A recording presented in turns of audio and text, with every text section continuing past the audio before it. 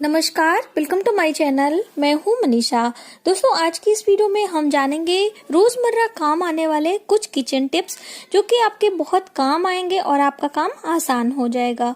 तो चलिए हम अपने वीडियो को शुरू करते हैं। दोस्तों, जो भी टिप्स आपको अच्छी लगेगी प्लीज कमेंट करके जरूर बताइएगा। आपके कमेंट से हमें एक प्रोत्साहन मिलता है और हमें साहस मिलता है। तो पहला टिप है, गर्मियों के दिनों में जब भी हम अपने आइस ट्रे में आइस नहीं जमाते हैं, बाउल में जमा लेते हैं कुछ ज्यादा मात्रा में, फिर उसे तोड़ के यूज करना थोड़ा मुश्किल काम हो जाता है। और यदि हम किचन में इस तरह से काउंटर टॉप पे तोड़ते हैं तो वो फैल जाता है। ऐसा ना हो इसके लिए हमें क्या करना चाहिए। यहाँ पे जैसे आप ये टॉवल देख रहे हैं, किचन की है। इस तरह से कोई भी मोटा या पुराना टॉवल आप ले सकते हैं और इसे हम चारों तरफ से सिल लेंगे। एक बैग का आकार इसे हम दे देंगे। ऐसे ही रफली आप इसको सिल लीजिए। इस तरह से एक तरफ का मुंह आप खुला रखें। ये देखिए, फटाफट से हम इसे सिलाई करके आपको बताते हैं। इस तरह से आपको एक बैग का आकार देना है। अब हमें करना क्या है, जब भी हमें आइस तोड़ना होगा तो हम इसके अंदर वो अपना बाउल का आइस डाल देंगे और ऊपर से किसी भारी चीज से हम आइस तोड़ लेंगे। तो हमारी आइस किचन में फैलेगी भी नहीं और बिल्कुल पाउडर फॉर्म में आ जाएगी और हम अपने आइस का इस्तेमाल अपनी जरूरत के हिसाब से कर सकते हैं। तो ये आप देख सकते हैं, ये देखिए। और इस तरह से आप इसका यूज करें और जो बची हुई आइस है उसे आप इस तरह से बाउल में करके वापस फ्रीजर में डाल दें और जब आपको आवश्यकता हो तो यूज करें। तो ये बहुत अच्छी ट्रिक है, इससे आपका किचन गंदा भी नहीं होता है। दोस्तों, कभी कभी क्या होता है कि बिल्कुल फ्रिज से पानी और आइस खत्म हो जाता है, हम किसी कारण बस उसमें जमा नहीं पाते हैं। तो हमें क्विक कैसे जमाना हो वह तरीका हम बताएंगे कि जब आपको जल्दी अपने पानी को ठंडा करना हो तो आप पहले बोतल में पानी भर लें इस तरीके से और फिर आपको एक गीला कपड़ा लेना है। जैसे ये किचन टॉवल है, हमने इसको गीला कर लिया है और अपनी बोतल पे आपको लपेट देना है। अब इस तरीके से यदि आप अपने फ्रीजर में इस बोतल को रखते हैं तो आप देखेंगे कि 10 से 15 मिनट के अंदर आपकी बोतल का पानी बिल्कुल चिल्ड हो जाता है और इससे बहुत जल्दी आइस भी जमती है। यदि आपको जल्दी आइस जमाना है तो आप अपनी फ्रीजर में एक गीला कपड़ा रख दें और ऐसे टॉवल, और उसके ऊपर अपनी आइस की ट्रे रखें और हो सके तो आप स्टील के बर्तन में या फिर कोई सिल्वर के बर्तन में आप आइस जमाएंगे तो बहुत जल्दी क्विक आइस जमती है। ये मेथड आप आइसक्रीम जमाते समय भी कर सकते हैं, तो आपकी आइसक्रीम बहुत जल्दी जम जाएगी। दोस्तों, अगली टिप बहुत ही आसान है और बहुत यूजफुल है। यदि आपको भी सुई में धागे डालने में परेशानी होती है, आपका चश्मा बार बार गुम हो जाता है और आपको दूसरों से बार बार सिफारिश करनी पड़ती है, तो अब ऐसा बिल्कुल भी नहीं होगा। आप इस ट्रिक को आजमाएं।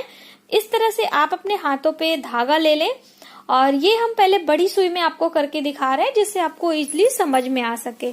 तो ये धागा लीजिए, मैंने रेड कलर का इसीलिए धागा लिया है जिससे आपको दिखाई दे। और बस सुई को आप लीजिए और जो हल्का सा गहरा, जब आप इस सुई को ऐसे टच करेंगे तो एक तरफ से पूरा फ्लैट होता है इसका होल, एक तरफ से हल्का सा गहरा होता है। तो जो हल्का गहरा वाला भाग है उसी को आपको इसी धागे के ऊपर हल्का हल्का रब करना है। आप देखेंगे कि 1-2 सेकंड के अंदर अपने आप ये धागे रब करने से ही अंदर आ जाते हैं और बहुत इजीली सुई में धागा पड़ जाता है। कुछ इस तरह से आप देख सकते हैं। नीचे दोस्तों, मिनटों में ही आपके सुई में धागे पड़ जाते हैं और आप अपना काम कर पाएंगे। तो चलिए एक बारी से हम आपको फिर से इसे दिखाते हैं छोटी सुई में डाल के। छोटी सुई में भी बहुत आसान तरीके से इसी ट्रिक को आजमाते हुए आप अपनी सुई में धागे डाल पाएंगे। तो ये देखिए, हमने छोटी सुई ली है और अब उसी तरीके से आपको हाथों पे इस तरह से धागा रख लेना है। धागा बहुत ज्यादा ना टाइट करें और ना ही लूज रखें। इस तरह से धागा फैला लें और बस वो फ्लैट वाला हिस्सा ऊपर रखना है और जो हल्का गहरा वाला हिस्सा है उसे नीचे रखना है। इस तरीके से आपको सुई को 1-2 बारी उसमें ऐसे से रब करना है और वो हल्के से भी सुई में अपने आप धागा चला जाता है और इस तरह से आप खींच के उसे बाहर निकाल लीजिए और अपना काम आसान तरीके से कर सकते हैं। बहुत अच्छी ट्रिक है। यदि आपका चश्मा नहीं मिल रहा है तो आप ऐसे में बिना देखे ही सुई में धागा डाल सकते हैं। दोस्तों, यदि हमारी टिप आपको अच्छी लगे तो प्लीज लाइक जरूर करिएगा। अगली टिप है दोस्तों घी बनाने को। दोस्तों, गर्मियों के दिनों में घी बनाना थोड़ा सा मुश्किल हो जाता है। गर्मी के कारण हमारी क्रीम मेल्ट रहती है और मक्खन अच्छे से बन नहीं पाता है। तो इसके लिए आपको आइस क्यूब लेना है और इसके अंदर आपको डाल देना है और 1 गिलास पानी डाल देना है। अब आप अपने मिक्सर को जैसे ही चलाएंगे 2-3 मिनट बाद आपका मक्खन बिल्कुल इस तरह से ऊपर आ जाएगा और इसका दूध अलग हो जाएगा। तो इस तरीके से आप अपने मक्खन को मिनटों में एकदम अलग कर सकते हैं। बिल्कुल आपको हाथों से छूने की आवश्यकता नहीं है। आप ये देख सकते हैं कि दूध अलग है और मक्खन बिल्कुल ऊपर तैरने लगता है। तो ये ट्रिक जरूर आजमाएं। तो दूसरा ट्रिक घी को ही लेकर है। जैसे कि घी हमें जब भी लंबे समय तक रखना होता है स्टोर करके, तो काफी दिनों के बाद आपने देखा होगा कि घी से एक अजीब सी स्मेल आने लगती है, चाहे वो हम घर में ही क्यों ना बनाएं। तो घी को यदि लंबे समय तक आप स्टोर कर रहे हैं तो जब भी आप घी बनाएं तो उसके अंदर थोड़ा सा 1 चम्मच आपको मेथी दाना डाल देना है या फिर आपको पान के पत्ते डाल देना है। तो दोस्तों अभी मेरे पास पान के पत्ते नहीं है, तो हम उस पोजीशन में यहाँ पे मेथी दाना डाल के आपको दिखा रहे हैं। और खूब अच्छे से आप घी अपने बॉयल कर लीजिए। अब इसे छन्नी से छान के आप एक कंटेनर में भर के रखेंगे तो आपके घी से बिल्कुल भी स्मेल नहीं आएगी। और इसी तरह से यदि आपके पास पुराना घी पड़ा है, उसमें से स्मेल आ रही है, तो भी आप इन चीजों को डाल के उनकी स्मेल खत्म कर सकते हैं। अगली टिप है दोस्तों इडली को लेके। जब भी हम इडली घर पे बनाते हैं, जैसे ये सूजी की इडली है, तो यदि इन्हें आप बनाने से पहले ही थोड़ा सा तड़का लगा देंगे, इस तरह से सरसों के दाने के तड़के इसमें बहुत अच्छे लगते हैं। तो आप इसमें थोड़े से करी पत्ता, लाल मिर्च और जीरा से भी लगा सकते हैं, जो आपको टेस्ट पसंद हो, लेकिन ये राई का तड़का आपको जरूर लगाना चाहिए। तो अभी हम बच्चों के लिए बना रहे हैं तो उन्हें बहुत ज्यादा ये सभी चीजें नहीं अच्छी लगती हैं, तो सिर्फ राई से हम आपको लगा के दिखा रहे हैं। तो इस तरह से यदि आप पहले ही तड़का लगा के अब इडली तैयार करेंगे तो बहुत ही टेस्टी लगती है। बिना फ्राई के भी इडली आप बहुत अच्छी तरीके से टेस्ट ले सकते हैं। दोस्तों अगली टिप है दाल को लेकर। जब भी हमें दोबारा दाल गरम करनी हो तो इस तरह से यदि आप डायरेक्ट गैस पे चढ़ा देंगे तो आपकी दाल नीचे से लग सकती है और ये 2 मिनट के अंदर जल जाती है और फिर पूरा दाल का टेस्ट खराब हो जाता है। ऐसा ना हो, इसके लिए आपको करना क्या है, जब भी आप दाल चढ़ाएं तो गैस ऑन करने से पहले ही आपको दाल को इस तरह से चम्मच को हिलाते हुए अच्छे से पहले मिला देना है और जब आपकी दाल गर्म हो रही है तो भी आपको इस तरह से चलाते रहना है। अब आप देखेंगे कि आपकी दाल बिल्कुल भी नहीं लगेगी और अच्छी तरीके से आप इसे गर्म कर पाएंगे।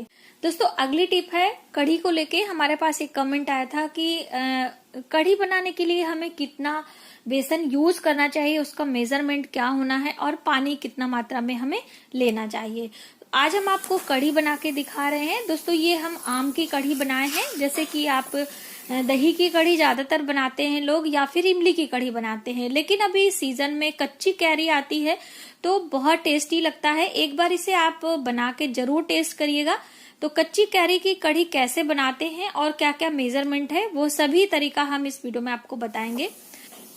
दोस्तों जब भी आप आम की कढ़ी बनाएं तो हम आपको तड़का लगा के दिखा देंगे, बाकी पकौड़े आप बना के रेडी कर लें, आप जैसे टेस्ट पसंद करते हो। जैसे मैंने आपको लास्ट वीडियो में बताया था कि आप सारी वेजिटेबल्स को मिक्स करके पकौड़े तैयार कर लें या फिर सादा सिंपल ही पकौड़े आप बना के इसमें डाल सकते हैं। तो तड़का हम आपको बताते हैं। पहले आपको इसमें ऑयल डालना है और उसके बाद हींग और मेथी का तड़का लगाएं, साथ में आपको राई जरूर डालना चाहिए।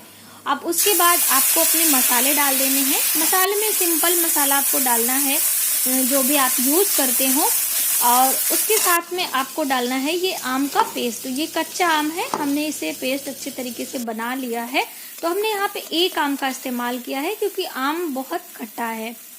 और इस तरीके से आप जब मसाले भुन जाए उसमें आम डाल के अच्छी तरीके से भून लें। जब बिल्कुल ऑयल अलग हो जाए अब हम इसमें डालेंगे बेसन का घोल। तो बेसन के घोल का मेजरमेंट है 2 चम्मच बेसन को इस तरह से हमने इसी मिक्सी में डाल के 2 चम्मच पानी में फेंट लिया है। बहुत अच्छी तरीके से मिक्स हो जाता है, गुठलियां नहीं होती हैं। दोस्तों अब इसी बेसन के घोल में आपको डालना है 4 गिलास पानी।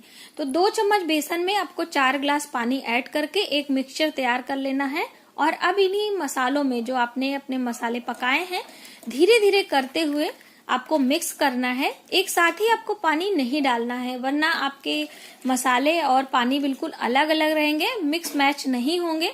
इसलिए धीरे धीरे से हाथों से चलाते हुए कुछ इस तरह से बेसन ऐड करें। और दोस्तों ध्यान रखना है कि जब भी आप बेसन का घोल तैयार करें तो पानी आपका थोड़ा सा गुनगुना होना चाहिए। ऐसा करने से आपकी कढ़ी में उबाल बहुत जल्दी आता है और आपकी कढ़ी क्विक बनके तैयार हो जाती है। तो लीजिए दोस्तों, कच्ची कैरी की कढ़ी बनके तैयार है। बहुत ही टेस्टी कढ़ी बनती है। यदि आप कम खट्टा खाना चाहते हैं तो आप इसमें थोड़ा सा 1 चम्मच शुगर ऐड कर सकते हैं। इससे इसका टेस्ट बिल्कुल खट्टा मीठा हो जाता है। एकदम गुजराती कढ़ी बनके तैयार होती है। एक बार ये कच्चे आम की कढ़ी जरूर बनाएं। तो दोस्तों, ये थे कुछ किचन के ट्रिक एंड टिप्स। यदि हमारी वीडियो आपको थोड़ी सी भी हेल्पफुल लगे तो प्लीज हमारी वीडियो को लाइक करें, शेयर करें, सब्सक्राइब जरूर करें न्यू वीडियोस के लिए। Thank you.